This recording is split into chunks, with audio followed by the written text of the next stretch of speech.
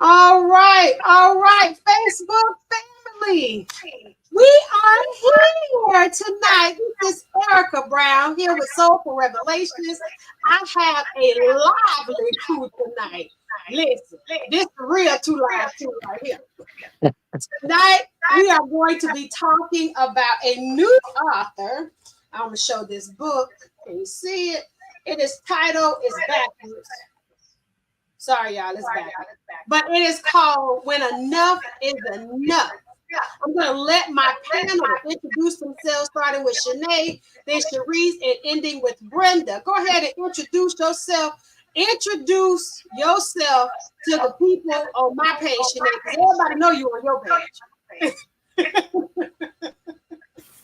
I am Shanae Jackson. I am Erica's baby cousin / sister that she didn't want, but she was stuck with. I am known for being the person that cusses everybody out. I don't care from the rooter to the tutor. Can we take some professional stuff? What about some professional stuff? Professionally, I cuss people out for a living. Oh, But professionally, I am what's called an organizing director for a statewide organization that does a lot of social justice work. So anything related to housing, reproductive justice, education, pretty much anything that goes on in this community, I have my hands in it, and that's because I believe in our community, believe in us as a people. I believe if we can heal our community and love on one another, we'll all go further. Amen. Miss Sharice. Just little old me, Sharice Young, Erica's best friend. For how many years? 40, please. And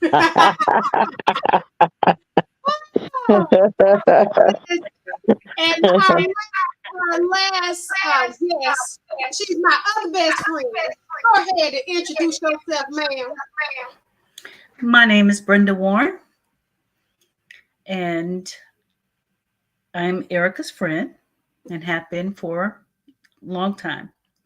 I'm here tonight to introduce to women and men my book.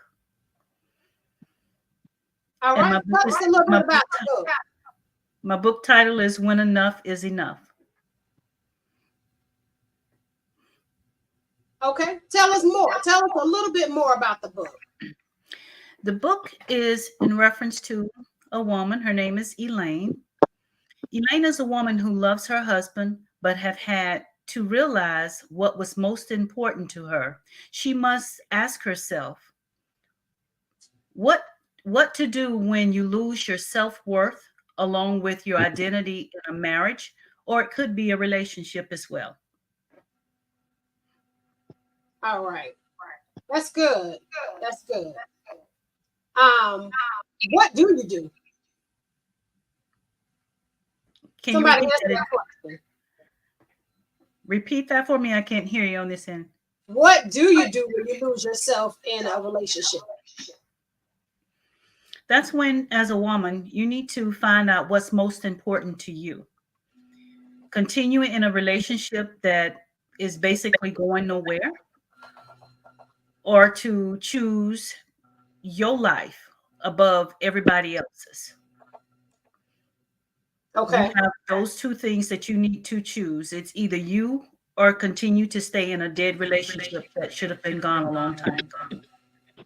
Okay.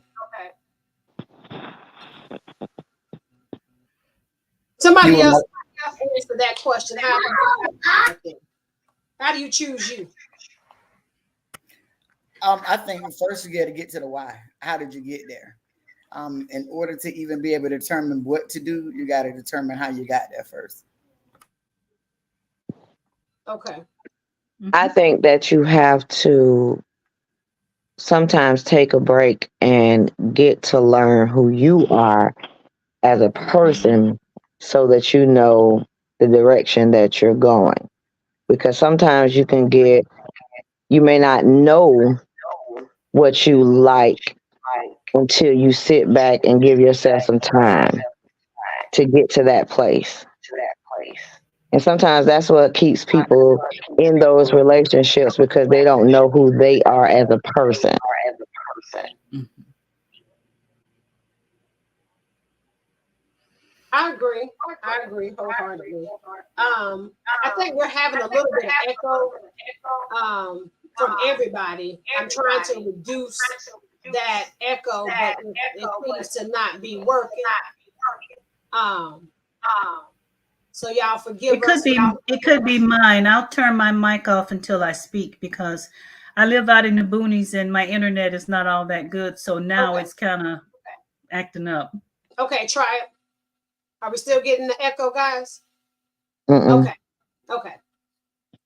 So basically I'm gonna go through some of the pieces of the book. I've read the book. Shanae's read the book. Sharice has not had the opportunity to read the book just yet. But this is kind of when the whole title "Enough is Enough." I don't think you got to read. I don't think she had to read this book in order to be on the podcast tonight because we've all been in a place where we've had enough. And one of the things that stood out to me in the very beginning of the book, and I'll set up the scene a little bit. The young lady, the main character, her name is Elaine, and Elaine is going through a tough time right in the moment where her husband and his best friend steps in. And when his best friend steps in, he says to her, "You are a good woman, Elaine." What does that mean? Because in the Black community, to me, you are a good woman means that you can be somebody's doormat and still stay. And I want to know what your opinion is. What is you are a good woman? What does that mean? Because when I hear men say you're a good woman, I'm almost offended sometimes because it tells me that you feel like I'm a doormat. What do you all think about that?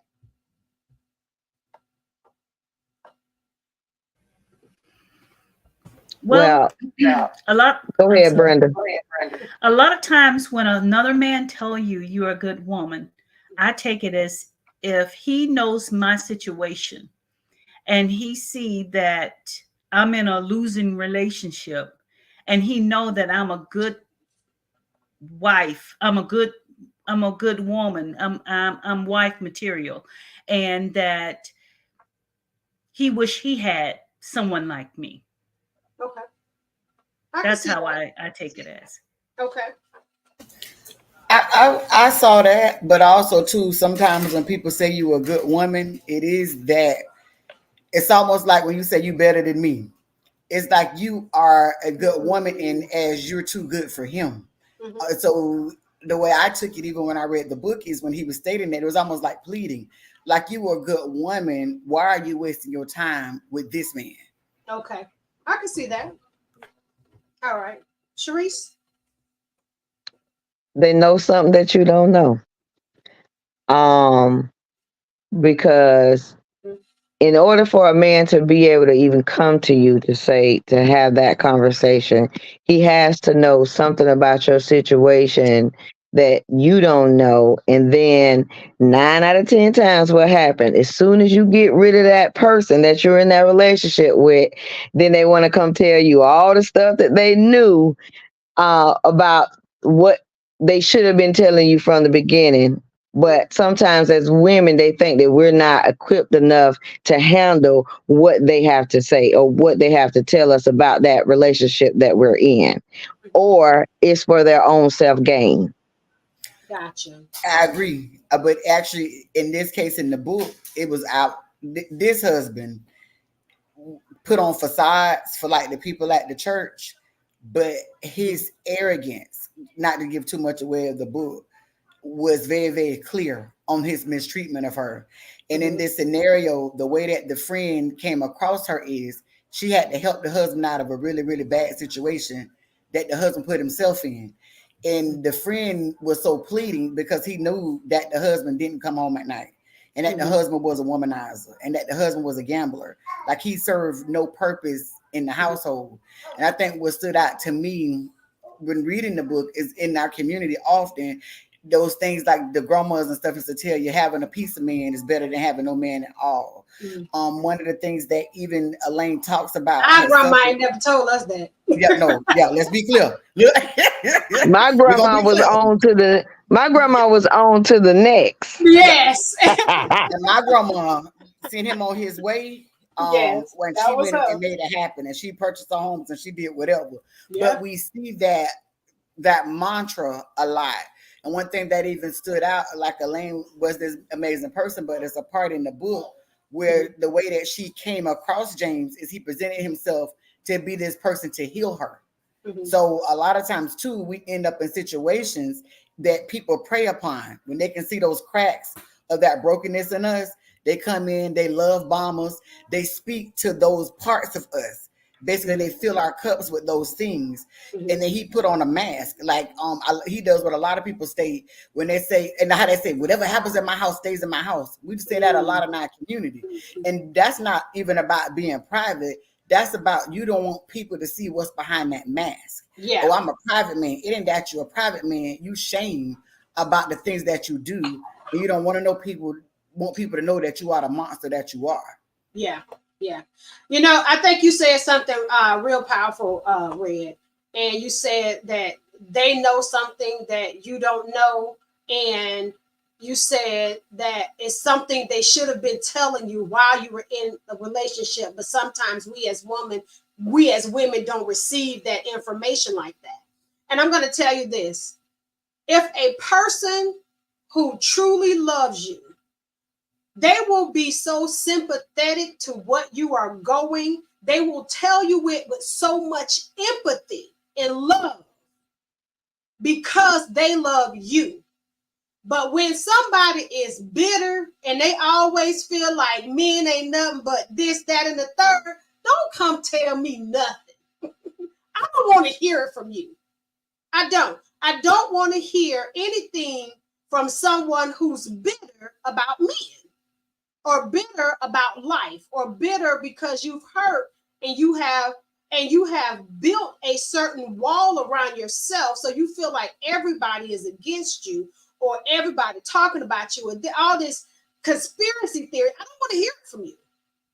But if someone comes to me with empathy and it's sincere, and I know it's sincere, then that's different. It's just the delivery is everything.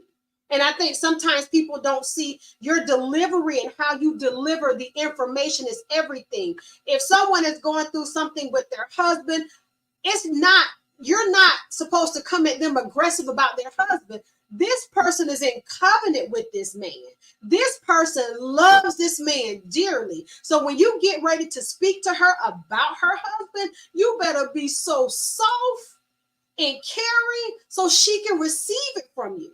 Because if you not that way, she not going to receive nothing you say. Period. Period. All right. Anybody want? Go ahead, Shanae. I'm gonna jump in and agree sometimes.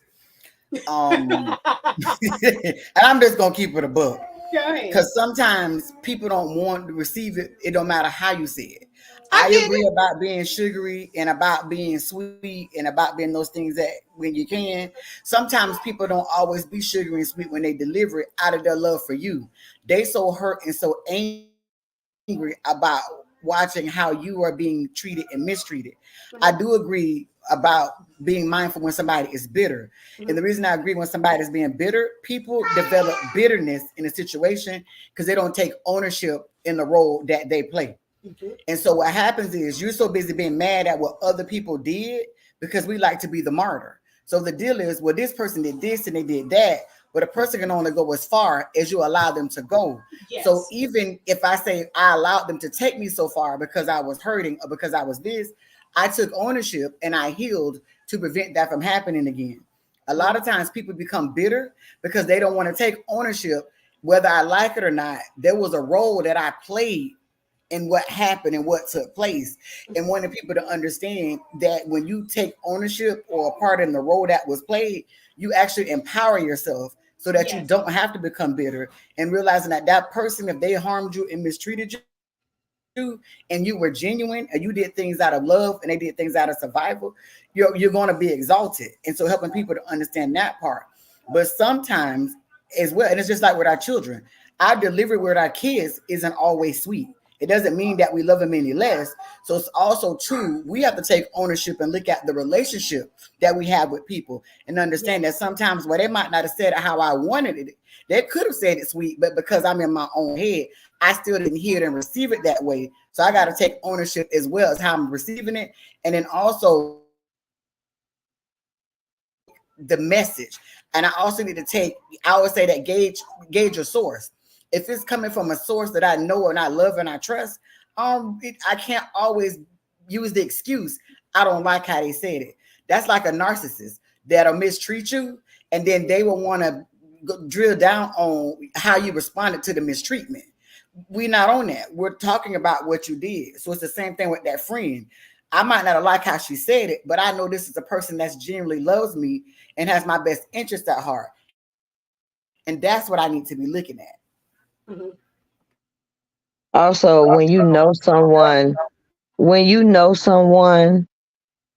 for as many, like I tell people all the time, I say, it is a lot about delivery though, because I tell people, I said, well, my best friend asks when she know that I'm not gonna receive something, she don't come give it to me as, oh, you should do this. How she delivers to me is she asks me a question, and then she make me think about it, and then I may not say something to her then, but I'm like, I know what she did. I know what she was just doing. Okay. So then I started thinking about it, because the one thing I do know is that she cares about me enough to, and that is when I was not so clear in my relationship with God.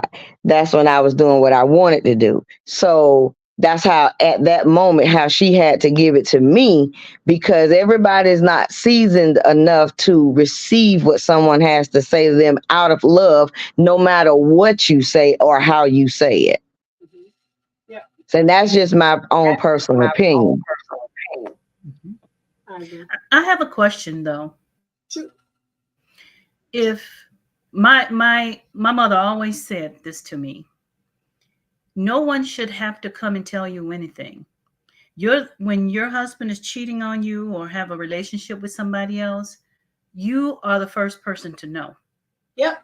Nobody, they get mad because now you know.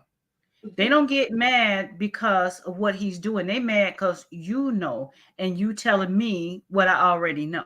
Mm-hmm. So that's, I don't understand how people would get mad, because by the time somebody see whatever it is on the side, you already know what's going on. So you Yep. shouldn't be mad with nobody. Yeah. Yeah. I agree. I agree wholeheartedly. I'm going to add to something Red and sorry, Sharice and Shanae said. Y'all may hear me say Red on here. That's Sharice's nickname since she was knee high. So, but I'll add this, and I heard exactly what you said, Shanae.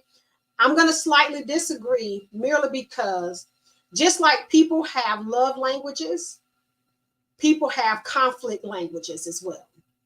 So I can't give you love by buying you gifts if that's not your love language, because you're not going to receive it as love. Same thing when it comes down to conflict. If there is something that is conflicting you or your friend, you have to, if you've been, as Sharice and I have been friends for 40 years, if we've been friends that long, she should know how to deliver conflict to me and not say, I'm just going to say it however she said it. She just received it however. Same thing with Brenda. And we have all had conflict within each other and had disagreements. We've known, Shanae, you've known me all your life. And Brenda and Sharice have known me for decades. So we have understood throughout the years how to deliver conflict to each other.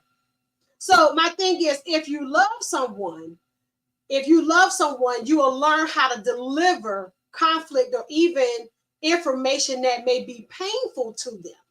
And you have to learn how to do that. That's called maturity. Now, did we mess this up throughout the years? You darn right. We didn't hurt each other's feelings. We didn't got mad with each other. We didn't did all of that. But we matured past saying, okay, I can't say this to Brenda that way. I have to say it a different way. I can't say this to Sharice that way. I kind of got to say it a different way because I love her enough to want her to receive what I'm getting ready to say to her and not for But her to throw a wall up. Go ahead. But Sharice made the prime example that I'm giving to you, and that's why I Okay. want us to take ownership. Okay. She expressed that even that times that you did it, there still were times in her life it still wasn't well received, even if you said it with love, because she was still doing what she wanted to do.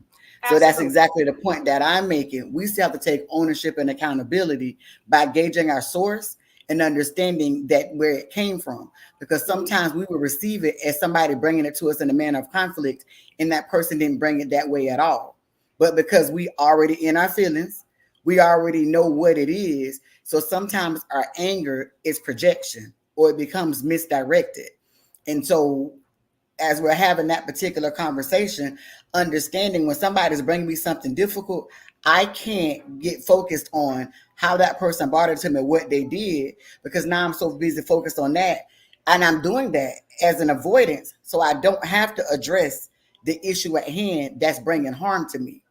And that happens so often. So often with communications, because I know we can bring things and be sugary sweet and with love, and sometimes ask those questions, and sometimes our response still is a negative response. And then we have to go back, kind of think about it, and then come back and you be like, and I have done it, and you're like, friend, you know what? I was so upset when you said that or asked me that question. But I realized I was upset, not because of anything you did. I was triggered by whatever the emotion was or whatever the conversation was at hand.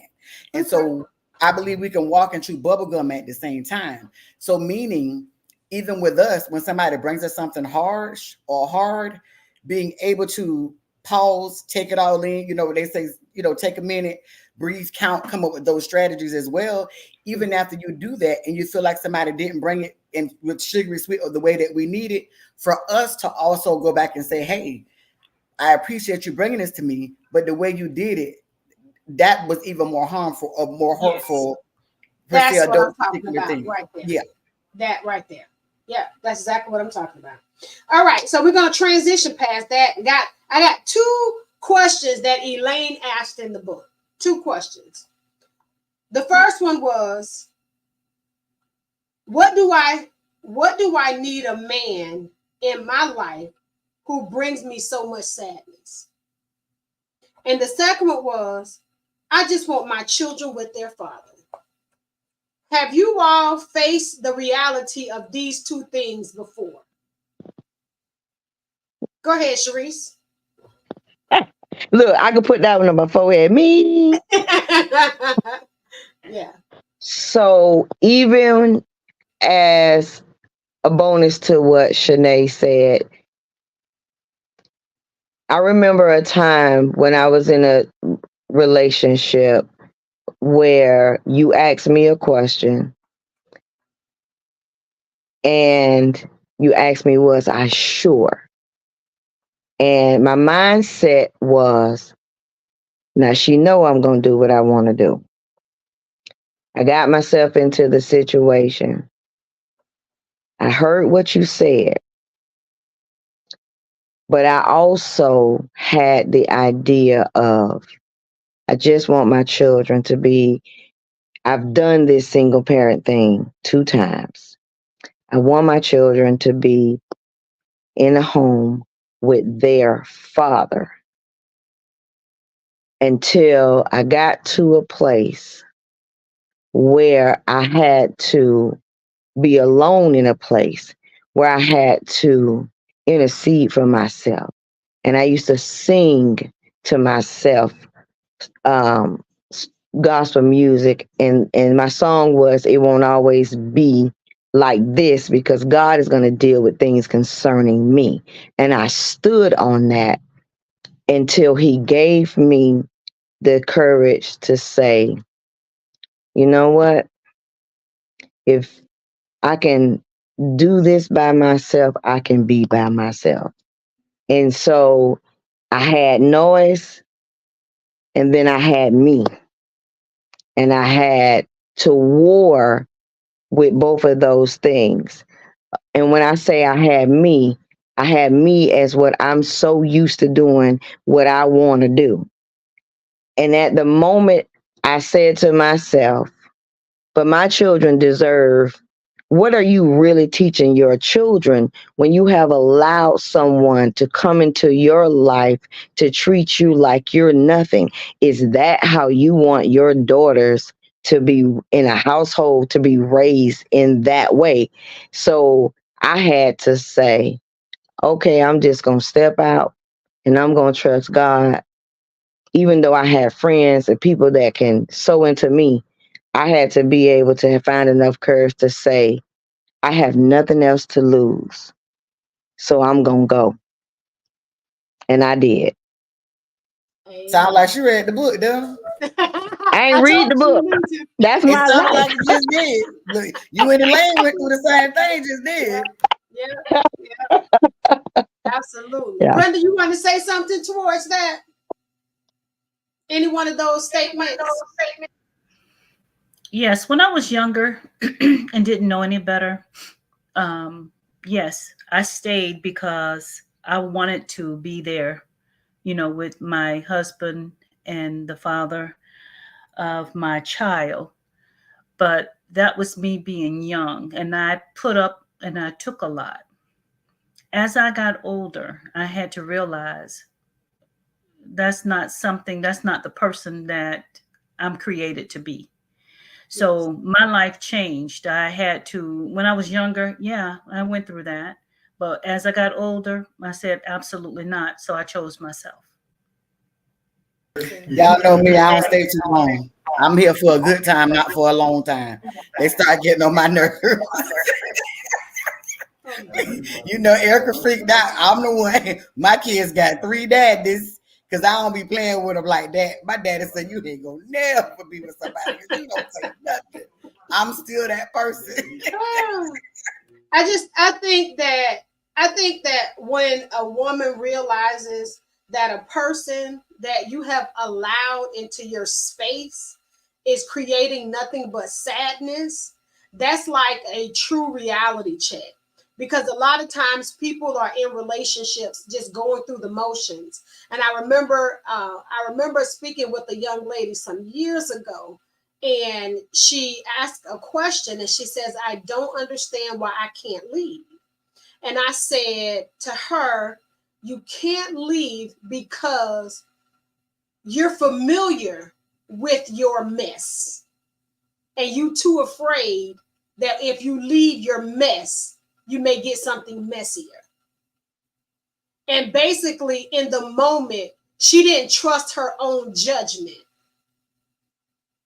that she felt like she would leave one situation and it would be just as bad in the next situation. And I said, not to make you feel bad, but all women have had to make that decision. And all of us have stayed in situations where we knew did not serve us any justice, did not serve us any purpose, was not for our good nor our well being, was not healthy for us physically nor mentally. So we've all stayed in situations like that. And I think for me, actually, I said something to someone the other day.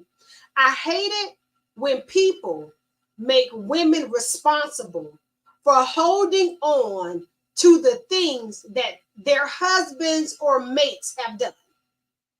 Like our society will hold to the fire a woman based on what a man did just because she got his last name, or just because she has children from him, or just because she is affiliated with him some way, somehow. They're holding you to the fire about what they did. And I want to free somebody right now, girl. Listen, stop holding on to what that man did because people heard what he did. That ain't got nothing to do with you. Nothing. You, If you didn't oh, do nothing, don't hold on to it. Go ahead. let me say something. I remember a young lady asked me, "How did you get away from that situation?" And I said, I forgave him and I forgave myself. I heard Ayanna Van Zant say a lot of times women stay in situations because they hold on to the promise. And whatever that promise may be, may whatever in the moment of a man playing or any person playing on your vulnerability, Yes. whatever that promise was, you hold on to that, and that's what keeps you captive in that situation. That's just my belief. Yeah. I agree. What, Shanae or Brenda? I Y'all agree want with to add? Red. Oh, okay. I agree wholeheartedly with her. Okay. That also too, I want to add two things that also came up, things that came up in the book. Us always going into survival mode and us always doing damage control mode. And so a lot of that Yes. comes with that holding on to the promise. So we're the ones always keeping up the facade. And so part of it Yes. is survival. If we can get to that next thing, then everything will work itself out. And then even if something happens for people to find out or to prevent people from finding out, we go into damage control mode to help keep up that facade. And so it helps to also foster that as we holding on to that promise. Yeah. I think women sometimes feel like they owe, and we've all been in those shoes, that we feel like we owe people an explanation about what they don't see in our lives no more. Like if they don't see your husband with you no more, or they don't see your kids around you anymore, or they don't see you go to this particular job anymore. Like we owe people explanation. You don't. We don't owe anyone an ex. We are adults. We don't owe anyone an explanation on our lives, but we choose to do that to save face with people by hurting yourself. Because then you start to relive the things that you've gone through, explaining it to people who just knows it.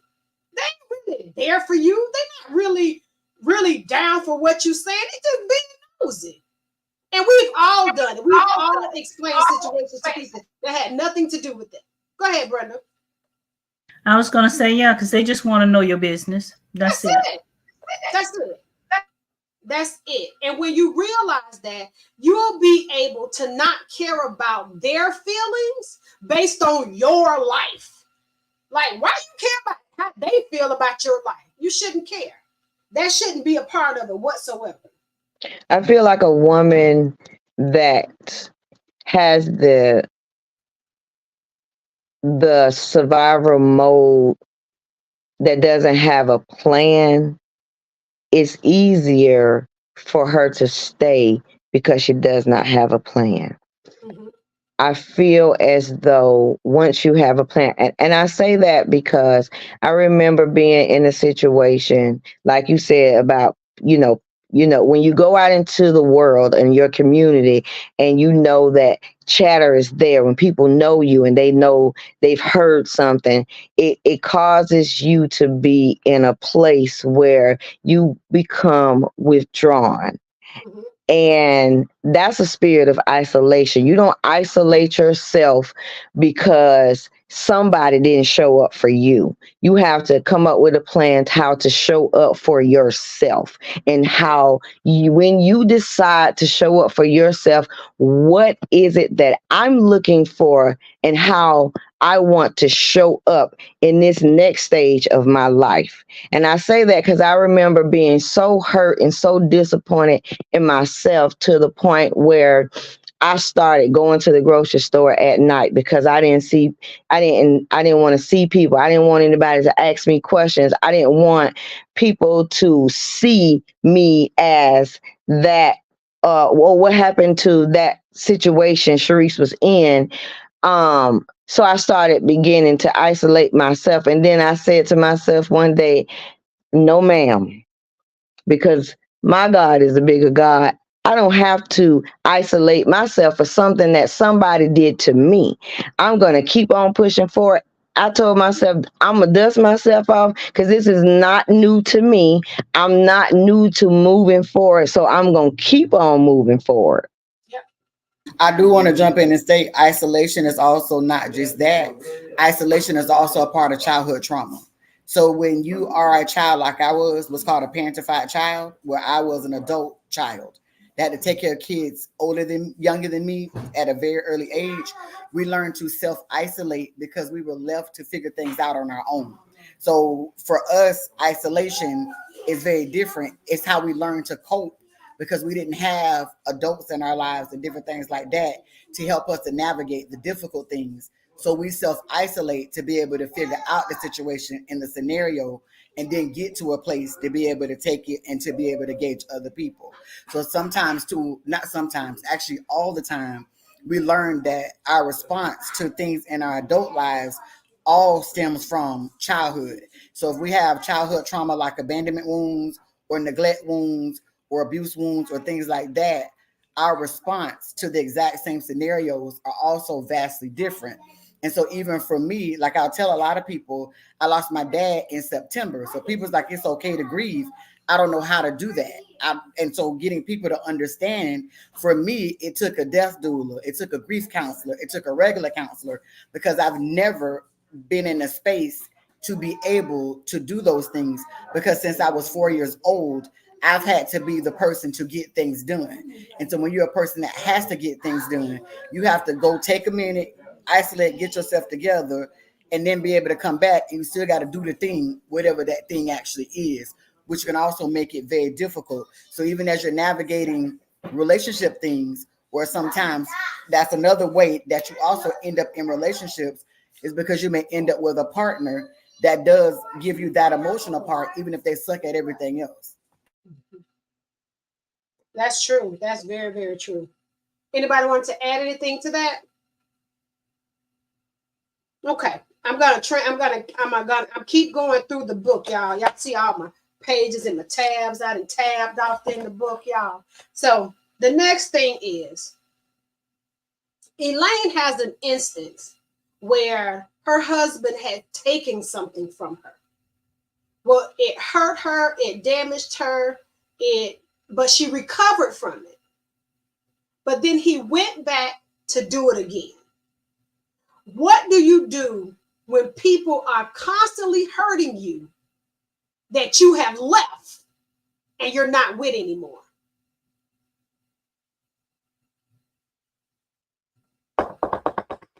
Go ahead, B. I'm talking about the people that you have left, you're not in a relationship anymore, but they still trying to gut punch you from the grave, wherever they at. I've always been a person that once I'm done, I don't care what you do, because nothing you can do gonna hurt me. So whatever you call yourself doing, have fun at it. Okay. I'm the same, Erica. You know I'm that same. You know I'm that same. I'm that same person. Um, I think that with maturity, when maturity comes, when it truly comes to you, those things don't hold a place anymore. They don't. So for me, like, I remember somebody asked me a question about a conversation, and I said, and they were like, well, what do you think about what the person was talking about? And I said, well, it didn't have any substance to it, so I don't even remember what they were talking about, because you have to be mindful of what you allow to enter into your spirit. So for me, I know how to block people out. And I feel this is how I see things. When people are no longer in your life, their season is up.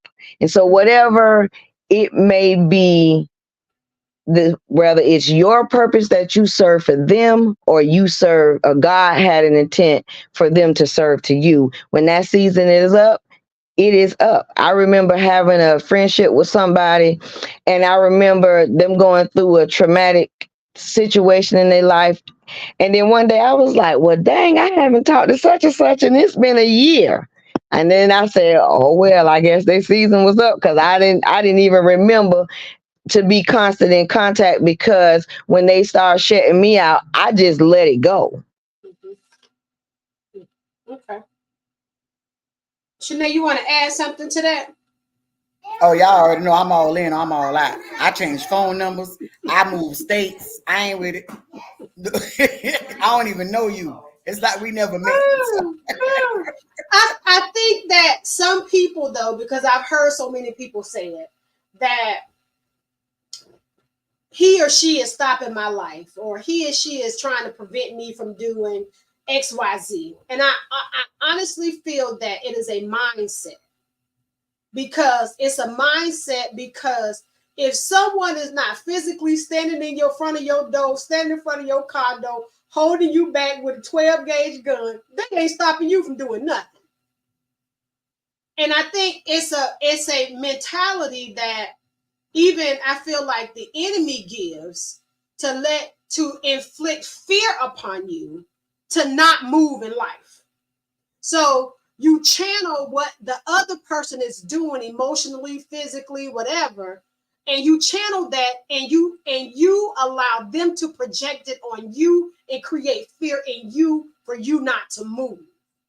And people, even, and this is crazy, because even people will, I've heard people say things like, he's just trying to hold her back from moving on in life. How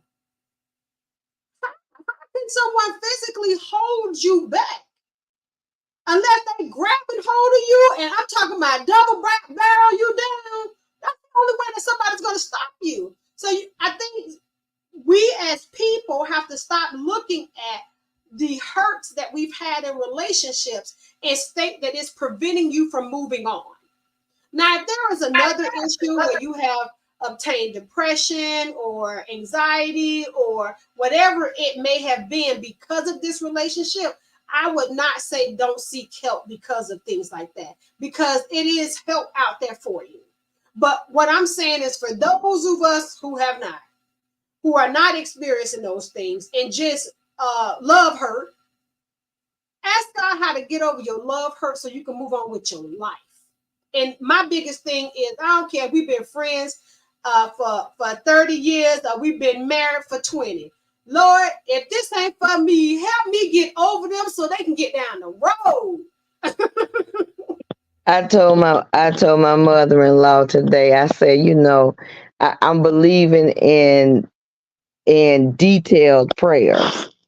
I Yes. told her, when you get to a place when you feel like your children, somebody is in your child's life that don't need to be there, you ask God, order their, because you don't want to bring harm to nobody. Order their steps in a different path. That means get them away from my child and let them go on to something else. Yes. Absolutely. And I'm a works person. So even I'm always big on getting people to understand that exposure is everything. And so being a mom with adult children, people was like, how is it that so even with my sons, the girlfriends that they've had, I've not had those issues.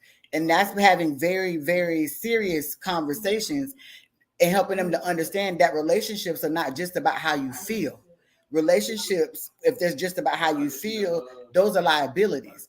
When you're Yes. with this person, relationships are more about a foundation. So what is it that's happening foundationally? What's Yes. one plus one equals two? What are your goals? How do you both look to get to those goals? What does it look like if y'all trying to have kids? Like, so often we get in relationships and people get married and actually don't even have those kinds of conversations. My children knew early on, mind you, being a mom who had all my kids before ever getting married, that marriage is a actual thing, and this is why it is a thing, not because, oh, they said get married, oh, just because of God. It's something that's foundational. Marriage is an actual contract. It's not only just a spiritual contract, it's an actual physical contract, and this is why. So getting them to see things in a very not in an abstract way, but actually in a very detailed and analytical and a logical way, does being with this person actually make sense? And so getting them to understand that aspect of it. A lot of times parents don't do that. Also, to a lot of times, especially in our community, we tell our kids that they can't have boyfriends and girlfriends till they're grown. So you want your child to get their first heartbreak when they're 20 and then they got to turn around and go to work the next day. instead of them getting it when they're 16 or 17, when they're in your household, for you to help them to navigate through it. We don't teach our children that when they got a heartbreak, that the bills still got to be paid. So we teach them to cook and clean. We teach them to take a bath, but actually being very, very deliberate as well, that if we teach those types of things and have those conversations, we can also better equip our children to be more deliberate about who they date and have relationships with. Well, my little 10-year-old daughter asked me yesterday why she can't have no boyfriend, and I got one answer, baby, because that's a big responsibility that you're not ready for. Oh yeah. And at 10, very much so. Yeah. But I want to jump in and state, as you gave that, there's a lot of parents that don't even realize if they get on their children's phone and look in group chats and different things like that, and these kids got game. And how much I love you, and oh baby this and oh baby that, like really at 10. And it's because there's so much they see on television that they're modeling. It's so much they see on social media that they're modeling. And so that's why even you as a mom telling a 10-year-old that relationships are responsibility is a big thing, because a lot of parents just say because I said so. Like that's what does that mean? And so even that opens up the door that if they have further questions, you get to explain how it's a responsibility, where so many parents don't do that. Awesome. Well, I'm old and my kids young, so I done asked the I done asked the Lord to help me with these young kids, and my prayer has been to be.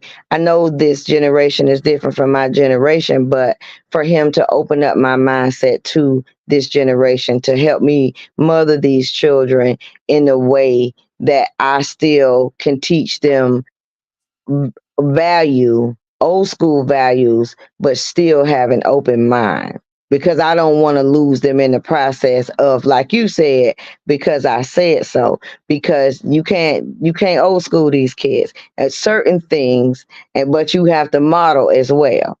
And that's the reason why I had one of my friends said, Sharice, why you never gave up on love? And I said, because I'm marriage material, number one.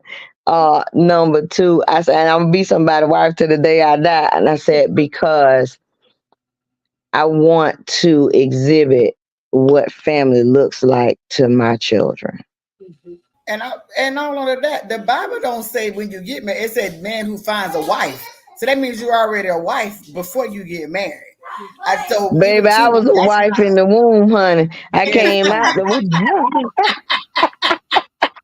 Come on now. Erica mama say, Red say, I do, I do, I do, I do. Oh goodness. Go ahead, brother. You got something you want to say? I have grown kids, and when they're in their relationships, we've had this talk before they even, have gotten in relationships. I told them the Holy Spirit shows you everything in a person that you meet. Yep. So when you're in a relationship with someone, the Holy Spirit going to show you that person up front. He's going to say, "Do you see that? Do you hear that? Did you see that right there? You willing to take that right there?" He shows you every single thing Yep. about that person up front. Yep. So when they come to me, I reiterate this. I say, well, okay, this person snores, but you knew this person snored 5 years ago. So why are you complaining about it now? Mm-hmm. You knew this person talked too much.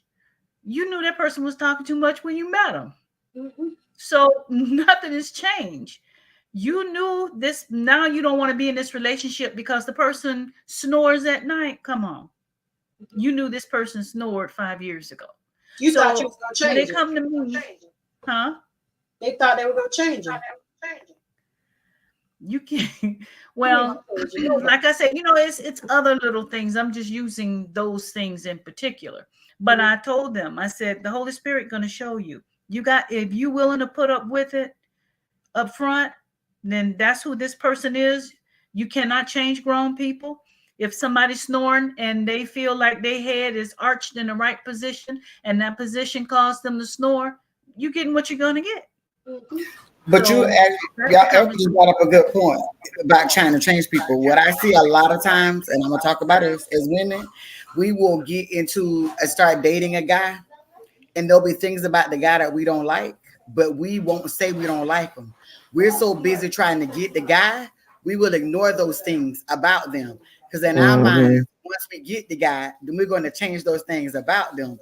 So then what happens is once you done did all you can to get the guy, Mhm. now you got an issue. He looking sideways, like, what's the problem? I Yep. came into the situation like this. I Yep. don't understand what's happening. And Yep. then there we go where there's not that solid foundation. And Yep. I've talked to women so often, and I'm like, that don't make sense.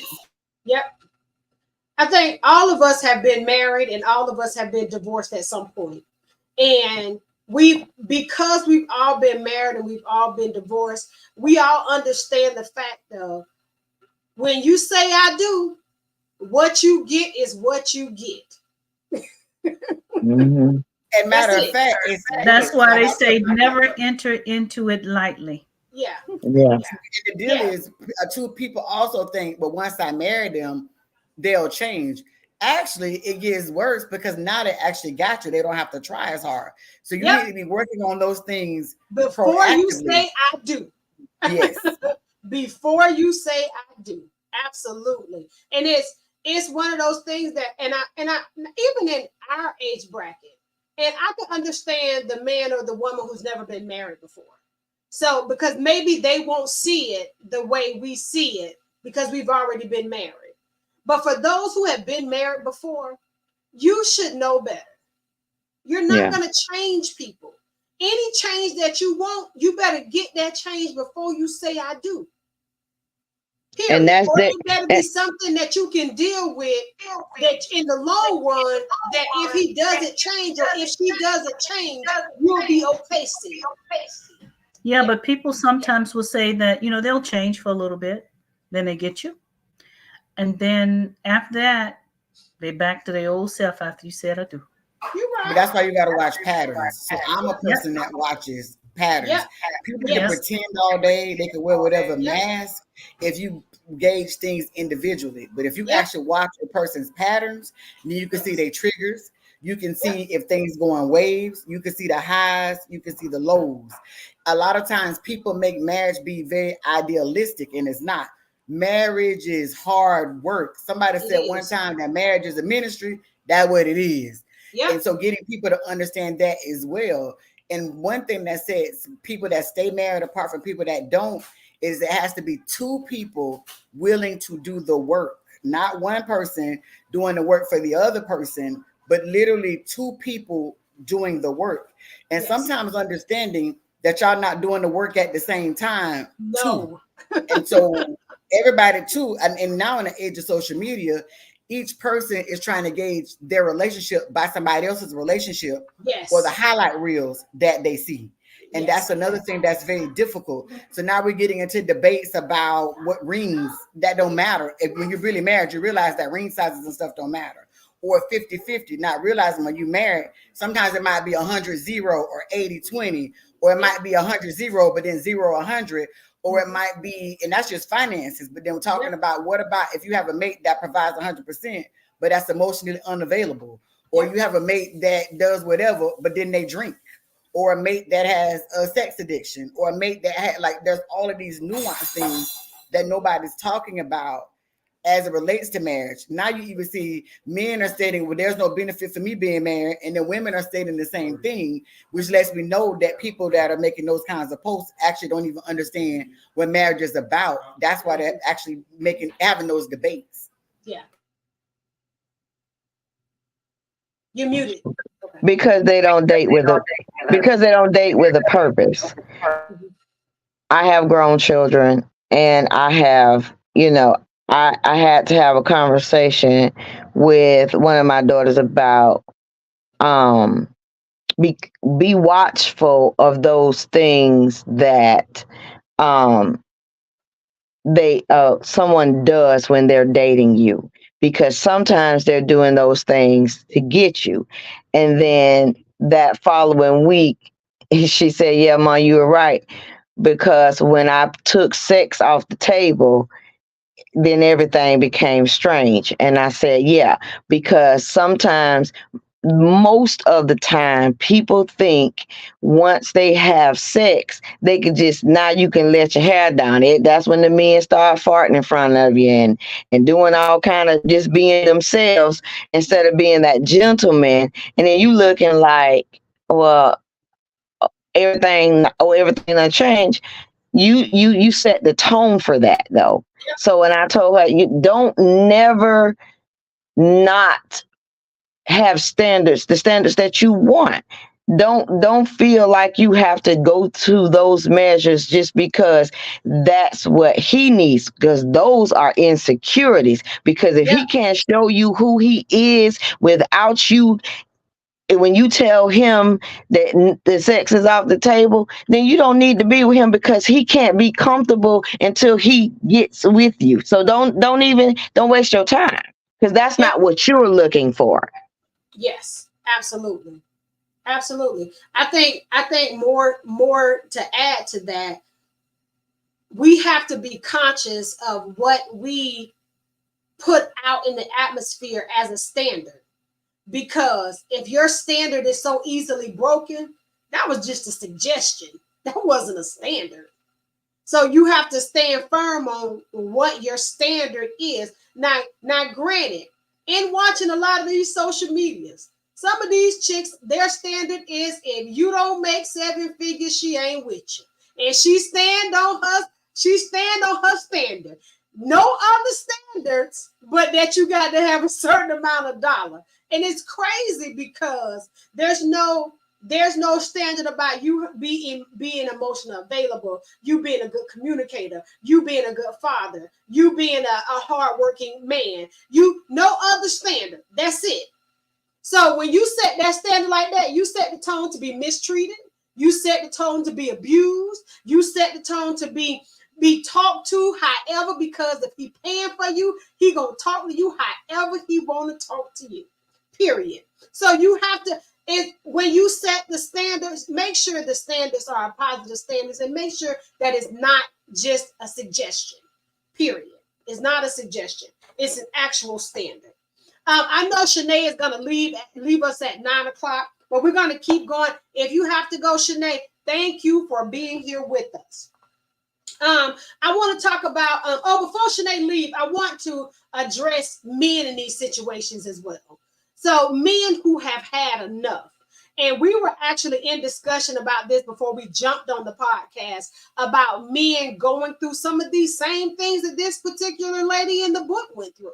How they were being abused, how they were financially being abused. How do men navigate, because they don't normally have the opportunities like we have as women. They're not readily available to men. Not saying that they're not available, they're just not readily available. And we were talking about men having conversations with their high school buddies, and they not 50, who have not matured past high school, versus men having an opportunity to speak with men who have gone through the fight, who have matured, who have learned how to channel more emotions outside of anger to be able to be successful men in this society. Where do they go? Shanae, you said you had some information for the Oh guys. yeah, I jumped in and stated that now in the age of, well, two things. One, I have come across like groups of men. I've stated that some of them are in pockets, and some have been friends like since high school, and they've grown and evolved emotionally together. And you can see where they're advising and they're giving people that great information. And one of them, the pockets of groups that I know of, they actually used to have a podcast that I hope that they start back up, which was called The Lounge, and that was Dave Holmes, and it was Chance Roberson and Adrian Stewart them, and they really used to have some Oh, really, chance. yeah, that's a really meaningful conversation. But then even when you look at like TikTok and other platforms, Terry Roseland is one that stands out to me. And what was interesting about him is he actually talks about Black men and their mental health, and that he actually started going to therapy because he couldn't figure out why he was a slut bucket. he said he's the two girlfriends that he had most recently were really really dope, and they were amazing women. He couldn't figure out why he couldn't stop cheating on them, and it was through him going to counseling that he realized it was childhood trauma and these particular things, and how him one time he stumbled into his parents' porn, and that was at a time that he felt safe. And so it was really, really intriguing for a lot of people felt seen. And then there's another podcast, Tonight's Conversation, and I actually subscribe to their podcast. And they actually are men and women that really dig deep and unpack a lot. And it intimidates a lot of the very emotionally immature men, but they really, really give a platform and give way to deep insight, and how there really are men that are out there that grow and evolve and are very deliberate about it, and they want more opportunities. So I was sharing that with them. It's not as frequently that they have those outlets that we do, but the ones that they do, even though they're few and in between, they're very deliberate about how they do it, which is good to see. Okay. Okay, you named The Lounge by okay. And what was the second one that you Terry named? Roseland. You said Cherry Roseland? Terry, I'm going to drop him in the chat before I hop off. Okay, so that's one of them, The Lounge. Chance Robertson of Next Tier Realty. Chance has actually been on my podcast before. Very, very, very positive guy. I really like the person who Chance is. Chance. So if you are on my Facebook page, go to Chance Robertson of Next Tier Realty. He's a really good guy. And Shanae is gonna drop the other one in the chat as well. But this is not a platform where we want to bash men or not create an environment where men are also safe to be able to speak about something. Right now, we're just talking about this particular book. And in this particular book, it's one of those things that we're dealing with this particular woman who's battling this issue.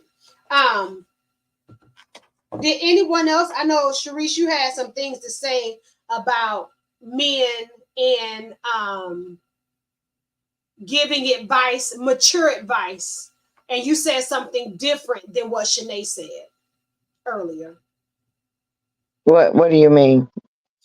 You were talking about men who obtain immature advice from. Yeah, I mean, because somebody in your group got to be the smartest one. You can if you're the smartest person in your group, then you're in the wrong group. You know, we can't grow if we're the smartest person in the group, right?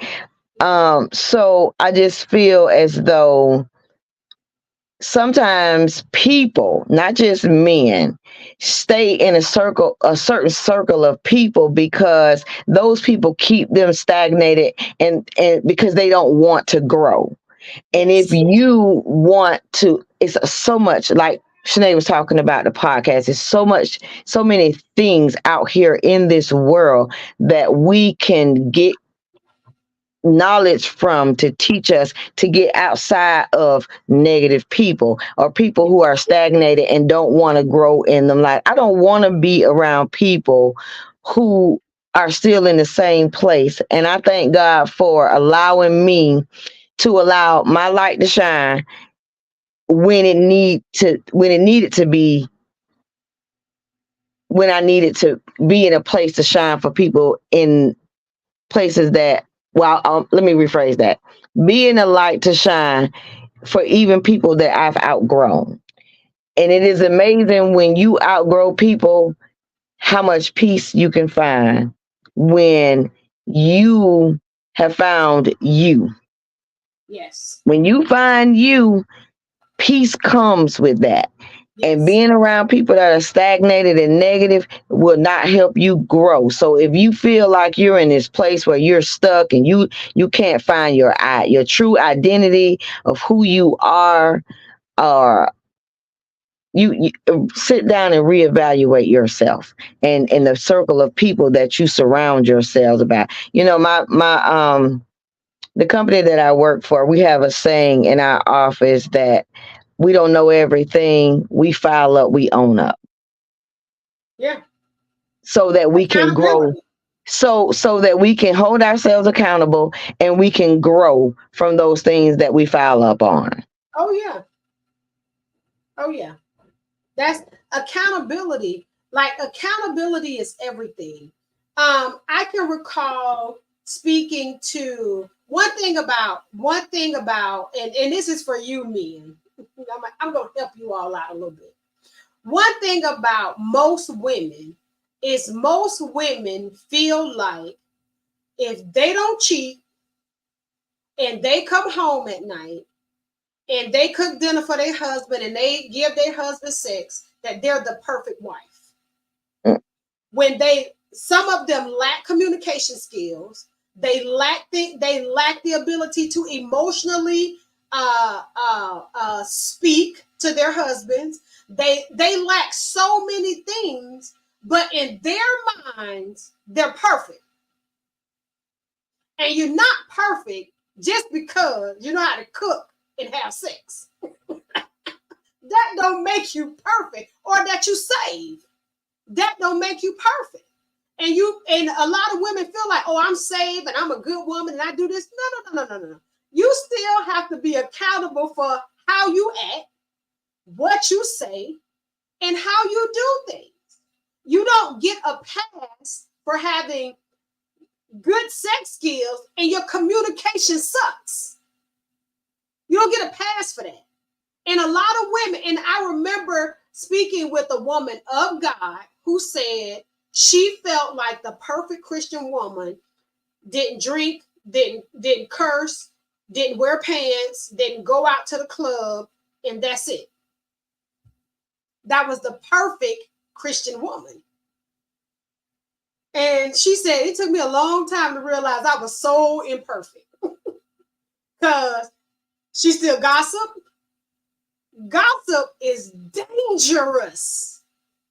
That is dangerous. You are messing with people's souls when you are gossiping. It's not even just dangerous for the people who you're talking about. It's detrimental to your soul. Period. I had someone I told the other day, I don't ask people in the streets about people. I talk to God about people. I talk to God and ask God to show me who these people are. The streets is only going to tell you a piece of a life of somebody that they met during that time. They don't know. If somebody was to tell a story about who I was when they met me at 20, I am not the same person. They are going to tell them a lie because I am not who I was at 20, at 48. So you can't go about what someone tells you out in the streets.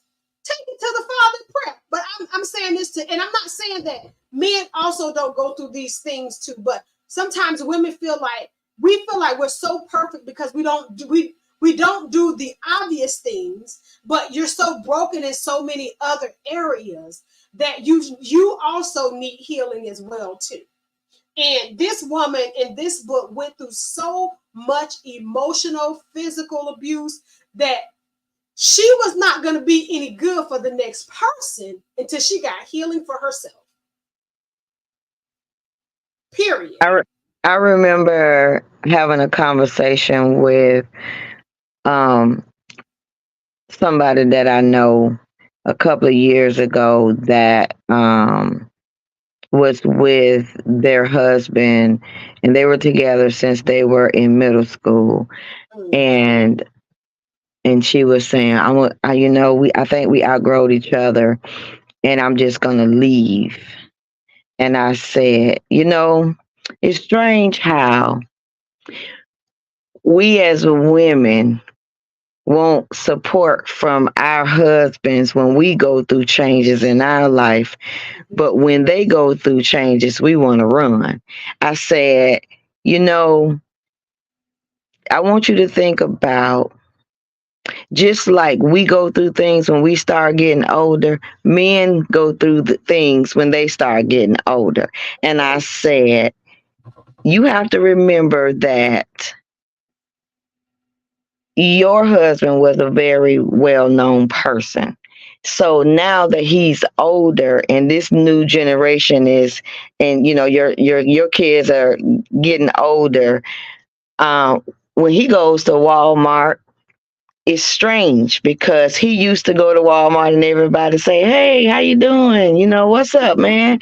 So now when he go to Walmart, don't nobody hardly know him. And so that may be an attack and on him to let him know that, hey, I'm getting older, don't nobody know me no more. I said, so ask him, what is the change that he's going through? And I think you should support him in whatever that change is. And we never had another conversation, but I can say that they're still together. Amen. That's awesome. That's awesome. That's awesome. Brenda, you want to add something to that? Yeah, when your spouse is going through a rough time, even if you've made up in your mind, look, I'm out of here, you still should help that person out, because that person is that person you love and you want the best for them. So you really need to help them. Yeah, I agree. I agree. We're gonna end short. Okay, we're gonna end shortly, but I'm gonna read a piece from the book, and it's actually a scripture. And this was Elaine's morning devotional, and it comes from the book of Isaiah, the 43rd chapter, verse number 2. It says, "When you go through deep waters, I will be with you. When you go through rivers of difficulties, you will not drown. When you walk through the fire of oppression, you will not be burned up." And she proclaims, "The flames will not consume me in Jesus' name." Have you all ever had a time in your life where you felt that this relationship, I don't care if it's even a familiar relationship, and when I say familiar relationship, I mean a family member. It could have been a child. It could have been a coworker. Have you ever had an instance where the situation was consuming you so much that you did not have words for it? Oh yeah. Yes, most Um, definitely. you want to go, Brenda? Because No, mine got a little. go ahead. Go ahead. So I remember laying in the bed and I worked night shift and I woke up one morning and I found myself being the Inspector Gadget that I am, playing FBI, knowing what I know. Like Brenda said, you know first before anybody can tell you. And I woke up and I said, Lord, the devil is trying to kill me. And I said it with laughter. And then he began to reveal more to me. And once he revealed it to me, I said, now you know I'm not gonna do this the way you want me to do this. I'm finna mess this up for everybody. And I end up taking a little bit of time, and I was glad that nobody was there with me when he downloaded the information that I needed, and it was the need to let me know that it's time for me to go, because this is reassurance that everything that I've been stressing about, everything I've been worrying about, you already know these things. I've shown you these things. Now it's time for you to move. And when God shows you those things that you think that's going to burn you up, he also has a plan on how he's going to bring you out. Yep. Amen. Yep. Amen. Amen. Yep. Brenda, you wanted to add? Yeah. Yeah, I have been in a situation where, see, one thing, God, the Holy Spirit will show me things. I mean, I could be going through not knowing nothing, but he'll show it to me every time. And it's been a time where something was consuming to me, to the point where I had to literally calm myself down because I was getting ready to scorch earth. And, the Lord, He held me, and I felt Him holding me like, girl, no, you have changed. Your life have changed. So therefore, I got you. I told you, vengeance is mine, not yours. So I'm on that right now, where in my life, when I meet people, or people driving, cutting me off in traffic, or any little thing, I know my God is my vengeance. He's gonna deal with them. I can just keep on moving on. Mhm. Yep, So that's how absolutely. I look at it now. Absolutely. I wholeheartedly agree with the both of you all. I too have been in that situation where things have consumed me. And I can honestly say, for the most part, that once I matured, that's when God started to use me the most. Like that's when He really started to use me the most, where I can hear Him clearly, and I can make the right decisions clearly, and I cannot allow fear to overtake me, and I cannot allow um, people's words to consume me, because in the back of my mind, God got me. So it didn't. What you said or what you tried to do had no avail whatsoever.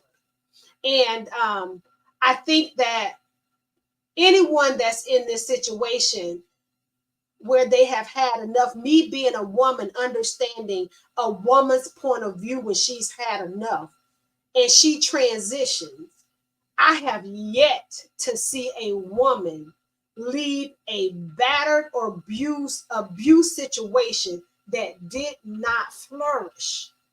When you turn around and look back at that situation and you say to yourself, I was nothing in that situation. I am everything now.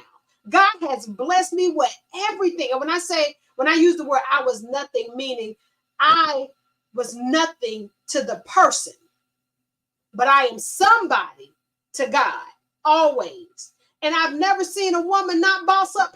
As a matter of fact, us women, we get happier. We start to get our glow back. We start to get out into creation and meeting people. We start loving ourselves by bossing up and going to school and getting certifications and new jobs and new vehicles and buying houses. That's what we do, because that person was only there for a season. And then when you see that that person was in your life for a season, but it was for a season of growth for you, just like the book of Job. Job went through horrendous things. But in the end, it says the last state of the man was better than the first state of the man. So he was better after he went through everything than he was before he went through it all. And he was a good man at the beginning. It says in the beginning, Job was an upright man. So he was a good dude then. But he had to go through those battles. So these battles they're to make you stronger, but you got to figure out when you have to make a decision to say enough is enough. Like, you have to make a decision and say enough is enough. Period. You got to get to that point so you can grow and move past it. And I'm not by no means this podcast today to tell women to leave their husband. That is not what this is about. So let me clarify that. That is not what this is about. This is about, if you're in an abusive situation, if you are, take it to the Father and let God direct you in the way you need to go. Period. Anybody have any last words they want to leave with the people? I do. Go ahead. I This is why you was talking. This what came to me. Um, I had somebody say to me, Sharice, you done been through so much stuff in your life and even in relationships, and I've watched you keep going. And she said, how do you do that? And I said, everything that I've been through in my life was for somebody else. certain things that I have been through were for you, to help you. Because the word says, when I have strengthened you, go back and get your brethren. And Yes. that is one of my favorite verses in the Bible, because that is how I live my life, through testimony. And I go back and strengthen the women that God has put in my path in order to, and it helps me as well. So I that is my encouragement. Everything that we go through is not in vain. Certain things that we go through are for somebody else. Yes. And when God has us, He gonna bring us to it and through it to strengthen us to help somebody else. Absolutely. Absolutely. And, and to add on to what Red is saying, a lot of times women work alongside another woman who's going through the same thing, that they have gone through what this woman is going through right now, and would not even, wouldn't even allow themselves to say, hey girl, I've been there, done that, Yep. give them some sort of positive, something good that they could take away from the conversation, to help them kind of look, I'm not the only one that's going through this. She's Yep. been through it and she made it on the other side. Yep. That's what Red was talking about. When Yep. you go through stuff, you ain't got to tell people all your business, but at least No. share some of that stuff, Yep. because that's why God took you through that, to Yep. share it. Yep. As a woman, to me, if you're in a relationship, either you need to think about yourself, because if you don't think about yourself, nobody else will. Nope. And I'm just on this, I just want to just tell women, there's a lot of women that's going through stuff that you see each and every day worse than what you're going through. Yes. And we as women and men, the book wasn't just about the woman. A man goes through the same thing sometimes that Elaine went through. Yes. So we as humans, we need to kind of help one another out. We need Yes. to help one another out. And as a Yes. woman to another woman, I'm here to tell you, pick up the book, read it. I hope it encouraged you to be able to put it, if you're going through something that Elaine was going through, it helps you out. It gives you an idea as to the things that you need to do. Make a plan A, plan B, and enjoy the read. Awesome. Awesome. That's awesome. I'm so glad you guys were able to listen to us talk tonight, to discuss this book. And I pray that we said something to jar you, to make you think something positive, to make you think about the decisions that you have to make in your life, and that who the decisions are affected, if they're affecting your family life, they're affecting your children, all of those things. I pray that something helps you all who listen in on tonight. I do have Brenda's website on the screen now. That's www.brendaewarren.com. If you go to that website, you can actually purchase the book from there. The book would be on Amazon on the 6th of June. The 10th of June, sorry. Yes. Yes, the 10th of June. So it'll be there on the 10th of June, and you'll be able to purchase it from Amazon then, or you can go to her website now and purchase it. Go ahead, Brenda, you want to add something else? No, you said it. Okay. The 10th. Thank you. We're going to end tonight. Thank you so much for tuning in with us. Thank you for tuning in with Soulful Revelations by Erica. Remember, my Soulful Revelations podcast page on Facebook has been hacked, so just unfriend yourself from that. I'll be trending from my page until I start another page. So thank you guys for coming and viewing with us tonight, and we'll see you next month.